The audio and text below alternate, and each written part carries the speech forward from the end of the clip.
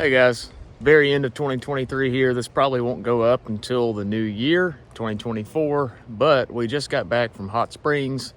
It's been a very long time since I've actually brought you any sort of video talking about the Jeep. And as I know, a lot of you are aware from the Facebook page and everything, we have done a lot to this since our last kind of overall build update on the thing. So today I just wanted to do one more final end of 2023 update video on the Jeep, show you what all we've done. And now that we've had several wheeling trips on all of the new parts, go over kind of what I think about them, how they've performed and everything. So stick around.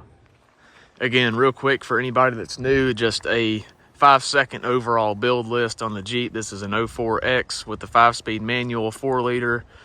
It's got a Dana 44 Fusion in the back, stock Dana 30 with RCVs in the front, 241 Rubicon case, 4-inch Currie suspension sitting on 17x9 KMC grenade bead locks mounted on 37 by 1250 Netto trail grapplers. Basically what we've got is we are now sitting on a 4-inch Currie suspension system. And that's really the first thing I wanted to hit on today, because that is the first thing we did since the last update video. And again, for any that are new, previously we had a 4.5-inch Rubicon Express kit on here. We dropped it down to go to a 4-inch Currie. Now, yes, these are 37s on a 17x9 bead lock. It does clear thanks to the high lines. Height really wasn't my main concern here. Main reason we did that is for the Johnny joints, which you see the big gold one there, and even in the lower end that you can't really see well. Yes, both ends are Johnny joints. There's the other end, it's just basic black. We also upgraded the springs. These are 4-inch Rock Jock, which is Currie's suspension line is all that stands for. These are 4-inch progressive rates. Basically a dual rate. Some say it's more of a triple rate, like you've got a very bottom rate there for the first 3 rungs or so, and then kind of an intermediate rate and then a top rate. But these are a progressive rate. They're not really just a dual rate. What I have noticed with these, I feel more planted, if that makes sense. The articulation is definitely there. Total articulation, I'd say, probably isn't just drastically different than the 4.5-inch Rubicon Express springs, but a term I like to use is usable articulation. I feel like usable articulation with these is very, very, very much beyond what we had before. What I mean by that is while you are twisting, articulating, flexing through ruts, rocks, whatever you happen to be in, I just feel like power is still going to all 4 of the tires evenly. Used to, we'd get on something and kind of pick a tire up, especially in the front. I noticed that is happening a lot less with this system. I just feel like everything's working together as one now. I've had the anti-rock for a while. I've had the Currie steering for a while. All this stuff is designed to work together. Now that we've got the Currie arms and springs, I feel like we're in a good spot. So yes, I would say these are definitely worth it. On a flex ramp, I don't know how much difference that would make. We actually dropped down. It's 4 inches versus what we had was 4.5. It actually ended up lowering the Jeep about 1 inch. That Rubicon Express was kind of known to sit high. So kind of back up. This is what we're looking like. That's a 4-inch lift on 37s. And I do believe that is a true 4-inch. Currie is known to sit pretty close to what they advertise. Again, Rubicon Express sat a little high. I did not know that until doing some research, but this is 4 inches and 37s, and with the high lines, it does clear. We do rub in the back. I know we've talked about all this before. You can see where we're getting into the rear of the Moto-Built fender and actually the tub line right there. It's not enough where it's doing any damage. Obviously, it's pulled the paint off. As far as grooving the tire or ripping any chunks out of the tread, it's not done anything. So it's kind of hard to get in here and start cutting. I am going to trim a little bit. I want to retain this inner fender liner though. And if you just whack this whole thing off, there's nothing to hold the inner fender liner in anymore. So got to be careful how much we trim. But as you can see, we only really need to cut off maybe 1/4 inch. It's just barely grabbing. Just another view of the 4-inch system.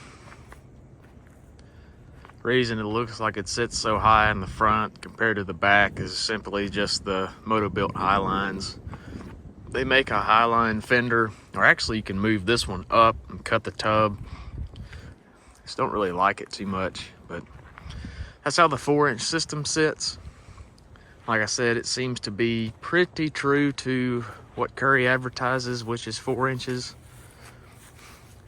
So that's enough about the suspension.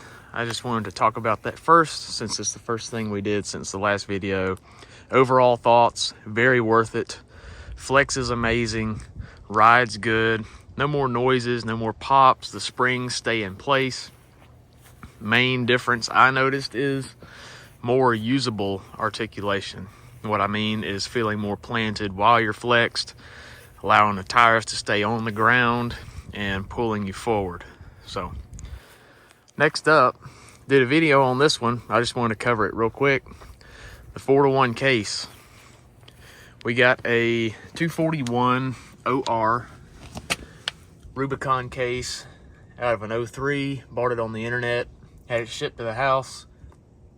Had Tom Woods make me a custom rear drive line for it. Ridden on it, twice now. Everything's working well. No major issues. I did get the 4-wheel drive light on the dash to still work.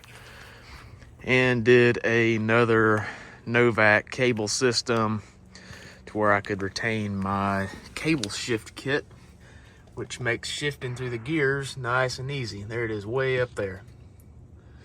So, retain the stock front drive shaft. Had to get a new one made for the rear just because of the different mounting. And that's pretty much it for that. As you can tell in the prior wheeling footage from Stoney and the little bit that I'm going to throw in this video, huge difference. Out of everything we've done to this Jeep, that case makes the most difference on how this thing performs. Being a manual, I really needed it. Me keeping up with all the automatic guys can be pretty funny. Everybody was always laughing because having to feather the clutch and really rev it up so much and really work for things, especially on ledges that guys in automatics could just crawl up to, kind of lay on the gas and bump up it. This being a 5-speed isn't so easy, so gave me a lot more low end. We now have a 4-to-1 case with 488s, so lots of power, lots of low end. That combined with the 4.0, which is known to be a tractor motor anyway, this thing's really working well.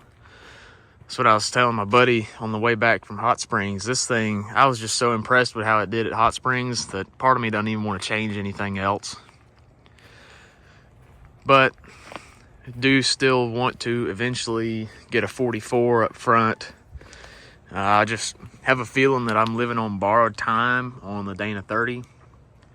But with the RCVs and everything, and just knowing common sense how to drive on the trail, it's held up. It's got nice gears and Eaton and RCVs. I don't even have any sea gussets or anything. And it's held up to the 37s. I do know that if I continue to wheel hard on the 30, I'll have to do ball joints probably once a year. But that's pretty much it. So the Currie suspension, the 241 Rubicon case. And since then, we have just been wheeling. Done a few small things. I know I did a video on the PRP harnesses. My wife got me new best top uppers for the half doors that match the Trek top in the black diamond color. And yeah, other than destroying the heck out of these wheels, so they still clean up pretty good. That's what we've been up to. Rock crawling, hill climbing fun. That's pretty much it for me talking on this quick video. Just wanted to give kind of a brief update on where we stand at the end of 2023 with the Jeep. Performing outstanding again. I'm really happy with it. Got a few things I'm gonna tweak, but we'll save that for 2024. Just really happy with how this thing's sitting right now. I remember sitting in this same filming spot about, what, 3 months ago, talking about what we wanted to do. We've got half of it done now. All right, guys, that's it for me talking in this one. I did make a short little montage of wheeling footage starting at the beginning of this year. A lot of you probably never even saw the Jeep back when it was on 35s and the Dana 35 and everything. So thought it'd be fun to go a year back from today and post what we were doing then, how we were wheeling. And then I kind of put some more clips in as we go through the year 2023, and then included some of the more recent wheeling footage from Stony and Hot Springs and a few things like that. So thank you guys so much for the support all throughout 2023. It's been a great year for the channel, had a lot of growth. Enjoy this little montage of wheeling footage, and we'll catch you in 2024. Thanks, guys.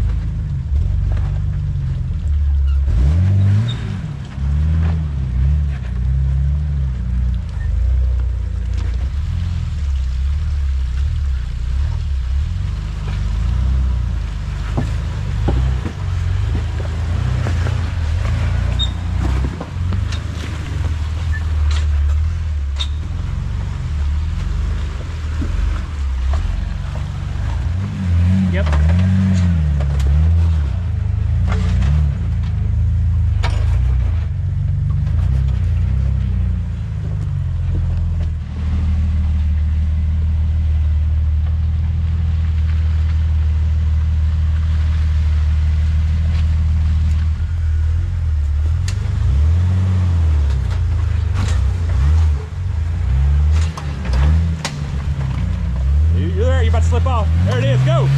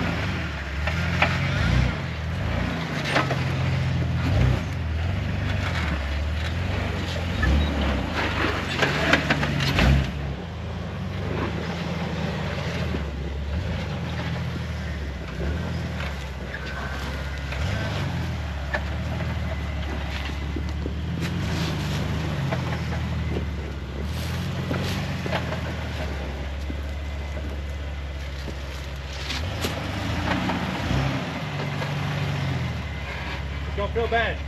You're good.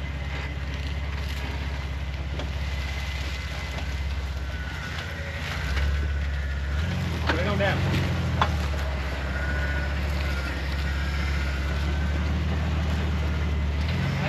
Right there. Get out of the way. That's the spot right there. As soon as you pop up, hard passenger. Passengers, go.